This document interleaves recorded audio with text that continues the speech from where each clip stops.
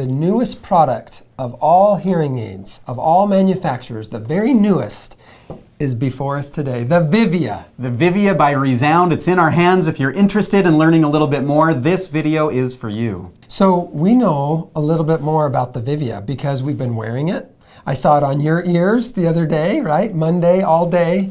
Dr. Barrett, other colleagues we have are wearing this device. We have the VIVIA, and we are really excited about it. I can't wait to jump in.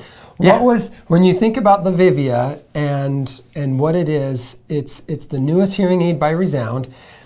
Let's start with the physical. Yes, let's jump right into it. You know, we get excited. It's like Christmas morning for us when we get a new hearing aid. We get really excited to learn about it, to explore it. The manufacturers that make it, they tell us about it. They give us some limited materials to promote it, but we really don't know much about it until we experience it ourselves. That's right. So if we're starting with the physical, one of the really exciting things about it is its ability to protect the microphones. Hearing aids have three main parts. You've got the microphones that pick up the sound. Inside of the hearing aid, you have the circuit and the amplifier, and then you've got the loudspeaker. So those are the three parts. Microphones are susceptible to dust, they're susceptible to oils from our skin, to sweat, to moisture. And if the microphones get damaged, well, your hearing aid doesn't work. So of course they put a little filter to cover the microphones. So that's the new feature. Is So that here we go. We have a filter that can be replaced. And so Dr. Whitaker is just pointing this out. So you have three kind of dots right there, two of which are microphones. They're actually areas that detect sound. And if those microphones become compromised or occluded or get a lot of sweat in them, you can only imagine they don't work well. So having the opportunity to just take a filter out and then put a new filter in that adds another layer of protection so the microphone can work appropriately again, it's actually a really good thing. And the best part is the patients can do it. It's not something that you need a doctor, you don't need a fancy degree. It's a very easy process. There's a little stick, you just stick it in, pull out the old, flip it around and put in the new. So it's a really easy thing to do. I love that they have implemented replaceable filters so that people can get the best sound no matter where they're going, anytime they want. I think it's awesome. It's a cool idea because we've been able to change these microphone filters in the past, but it wasn't easy. And patients couldn't do it on their own. They had to bring it into us, and we had to take the shell apart. We had to take the hearing aid apart to be able to get underneath and change out these filters. So this simple, easy, quick, patients can do it on their own. That's a really big upgrade. You know, it's also an upgrade possibly above other manufacturers that we're going to be studying this, because when those microphones become compromised from other hearing aid companies, we do have to send the product all the way back to Chicago or Minnesota or one of these type of places. They fix, they replace, then they send it back. It's usually about a 2-week turnaround. So having things that we can do in-house, we love that. I think our patients love that. So I agree. Huge bonus. The other thing, you know, since we're talking about physical, is I thought for sure they were going to go larger. Yeah, me too. You know, when they said dual chip, the last manufacturer, the Phonak Infinio Sphere, this last product that launched, which we're really excited about, because it has a dual chip, it went larger. The hearing device itself, the body of the hearing device became quite a bit larger actually, not just a little bit. And so the idea that this product is still the smallest rechargeable hearing device in the world is pretty significant. And so it didn't increase in size. I love that. I love that too. You know, other manufacturers, Oticon has has a hearing aid with an artificial intelligence chip in it, and it's a little bit bigger too. It's not quite as big as the Phonak device. And even Starkey, they've got a pretty small behind the ear artificial intelligence device, but it's thicker than this. It's fatter, it's chunkier. This is really nice that we have a hearing aid that has 2 computer chips in it. It's got in it the normal hearing aid chip as well as an artificial intelligence chip. We'll get into that. But it's still very small. That's a big deal. One last thing before we jump away from the physical things. You would assume that because there's now a filter that can be replaced or changed out and then you put a new one in, what does this do to the dust rating and to the waterproof rating that these hearing devices have had in the past? Is it going to have a lower rating? Is it going to be worse? They're telling us that it's just as waterproof and just as resilient to dust and atmospheric pressures and things as last year's model and the other hearing devices that have that high rating of being waterproof up to what is it, 1 meter, so like 3 feet underwater, things like that. So just because it has replaceable filters doesn't mean you're losing any of its toughness, its grit. We've become spoiled. Hearing aids lately have been so water resistant, so tough. There's a scale out there called an IP scale that rates how resistant it is to dust and to water. And we become spoiled in that all hearing aids now have a really, really high IP score, and it's just become expected. Yeah. It's one of those things that we just expect it to be water and dust resistant. But when you start opening it up to external filters, you start wondering, are we losing some of that? Yeah. Great to know that the answer is no. It's still very durable and very resistant to water, moisture, dust. So these physical things are important because the device is more resilient. It's going to be able to handle the pressures of life, I think, better than, say, last year's model, the Nexia. One thing that you can see here in the picture is we have a charger, and the charger itself is no different than the charger from last year or the year before. So ReSound chose not to change the charging system. It's been working great. I don't think there's any reason to change it, but charging system was great. We like that the ReSound system has a USB-C charging port on the back. Previous models of chargers have different ports in the back that were problematic, that would have issues. ReSound's charger for the last several models has had a USB-C. It's good, it's robust. We don't see a lot of charger issues. I mean, for the most part, an individual wears a hearing device about 12 to 14 hours a day. They then put their hearing device in the charger. It takes about 1 hour, and the hearing device is fully charged. You can't overcharge the system, so even leaving it in overnight or even leaving it in your charger for several days or weeks or something, it won't ever hurt the hearing device to just leave it in the charger. So really good system, really easy. There are no contacts you have to find. Just these big holes, this hole in fact, we can kind of lift that up here a little bit. And you can see your hearing device is just going to go right in here like this, and you just drop it in. So there's no contact. It's an induction charging system. I think it works really well. Really great, and we should mention that this is the standard charger. They actually have 3 different models. They have what they call a desktop charger that has no lid. They just kind of sit in the open air. They have this one that's the standard charger, and then they also have a premium charger, which of course is the best one. The premium charger is the best. It'll work even when it's unplugged. So like many chargers that we're used to with our AirPods and our earbuds, it'll work when it's unplugged for quite a while. It goes for about 3 days, even when it's unplugged. The charger has a battery in it. Another cool thing about the premium charger is it has little LED lights across the front that shows you how charged the hearing aids are. Right. It gives you a little status update. I love that. Yeah, there's a few different options when it comes to the charger, but they are unchanged from the previous Nexia line. Maybe if there's anything to take that's even slightly negative, if this didn't fit your ear well, if the Nexia, I should say, didn't fit your ear well, this is essentially the same body style, so nothing changed with the body style. Same goes with the little wire. We call those receivers. If the wire that goes in your ear, if it fits you great with the Nexia, this one's going to fit you great too because it's the exact same one. Love it. But of course, if you weren't a fan of the wire or the receiver, it is the same one. That's right. Well, let's get into the meat and potatoes of why this hearing device is supposed to be.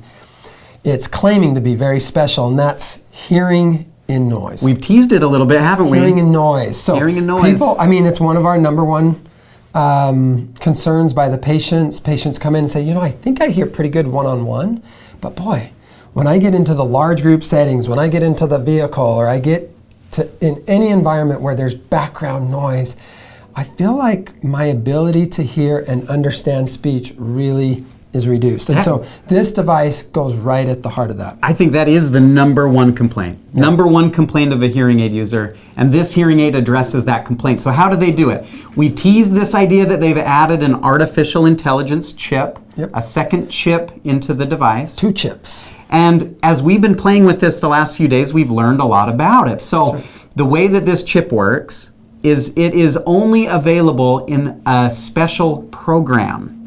Most hearing aids come with an automatic program, a setting that's the default setting that will automatically adapt to sounds around you.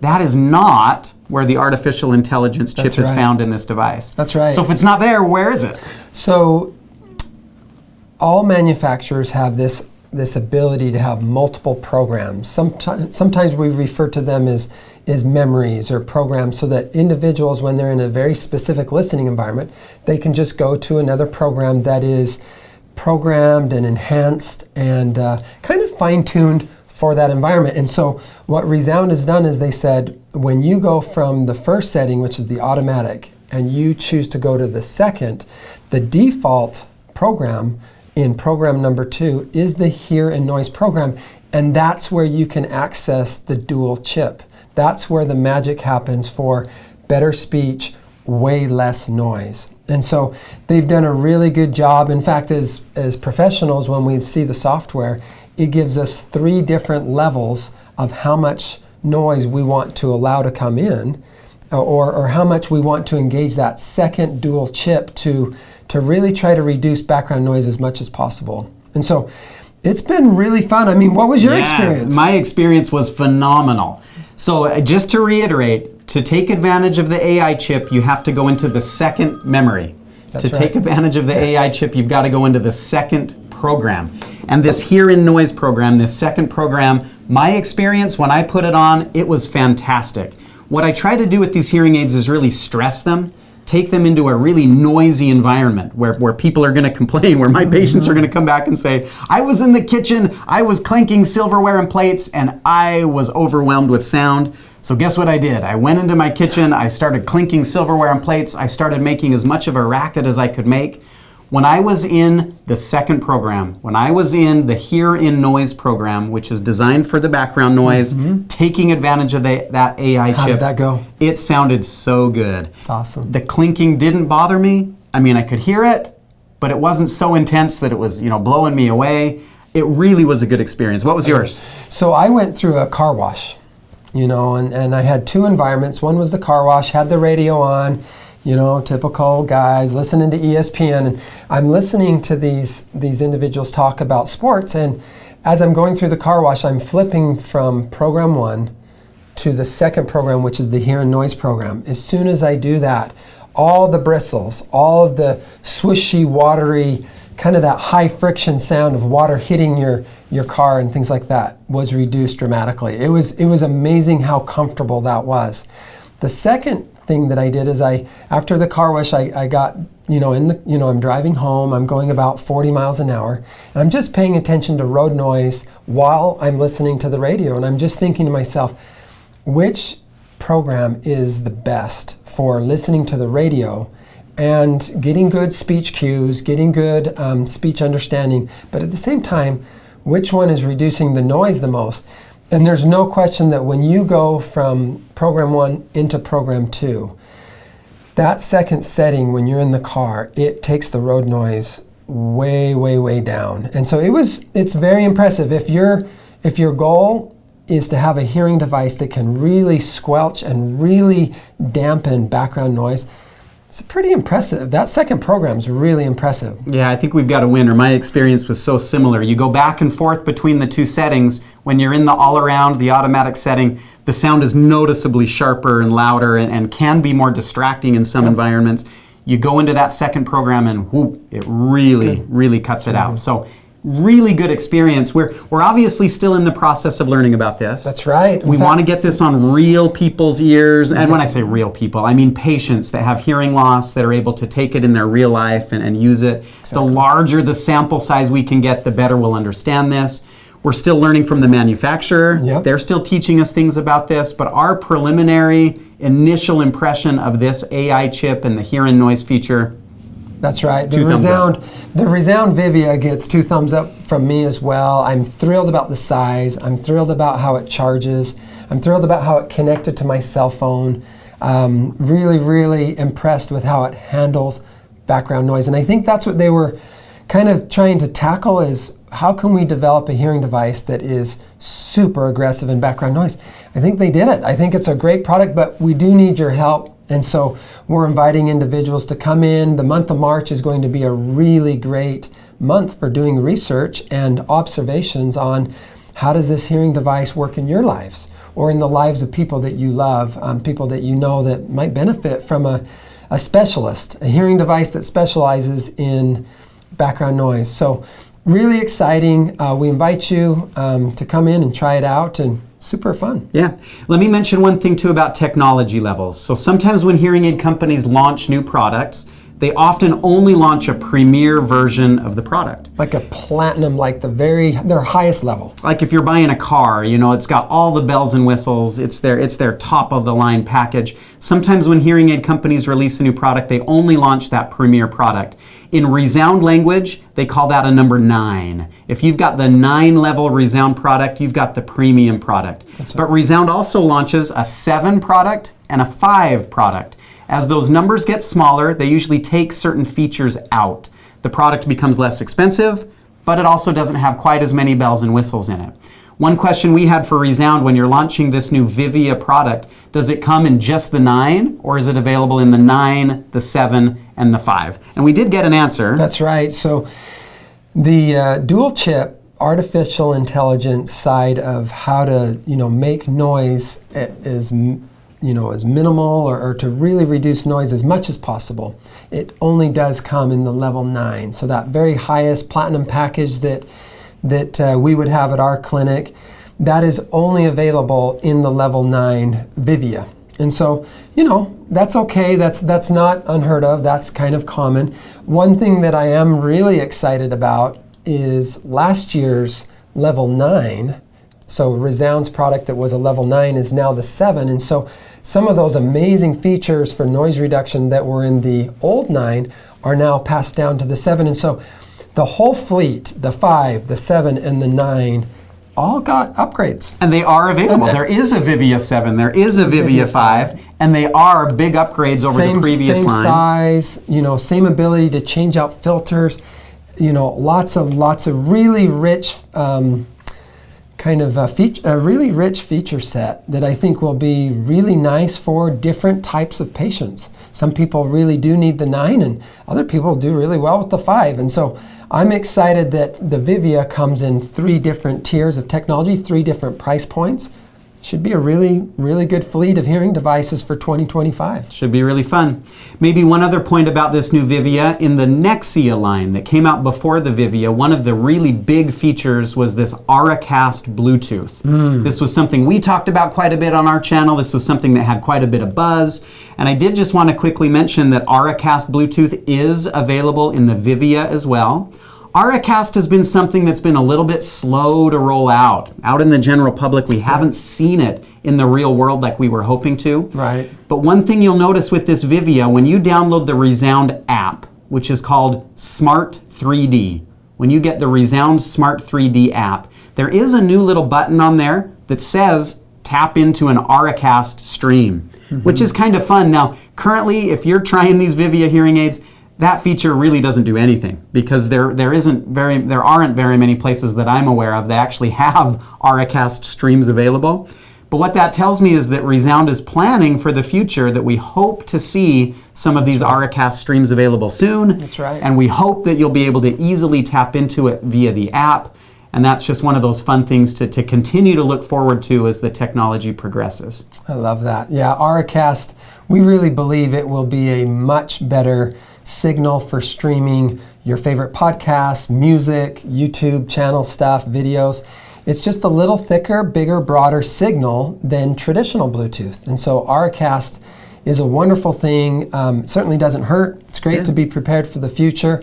More and more cell phones are having Auracast as part of the feature set there. And so the devices that, the phones that we've seen that do have Auracast, and the little TV transmitters that you can plug into a TV, these little enhancers that have Auracast, they're already better than what we were using before. So streaming the TV, streaming from the TV or from a computer, streaming from your phone, if your phone has Auracast, it's actually an improvement. And so we're super excited, super psyched that the new product continues to have Auracast, and your Auracast ready, so it should be fun. Okay, everybody, we so appreciate you watching the video today. If you've liked what you've seen, please like it, subscribe to our channel. It means the world to us, but it also means the world to other people who are trying to figure out what's going on with their hearing health. So thank you for watching.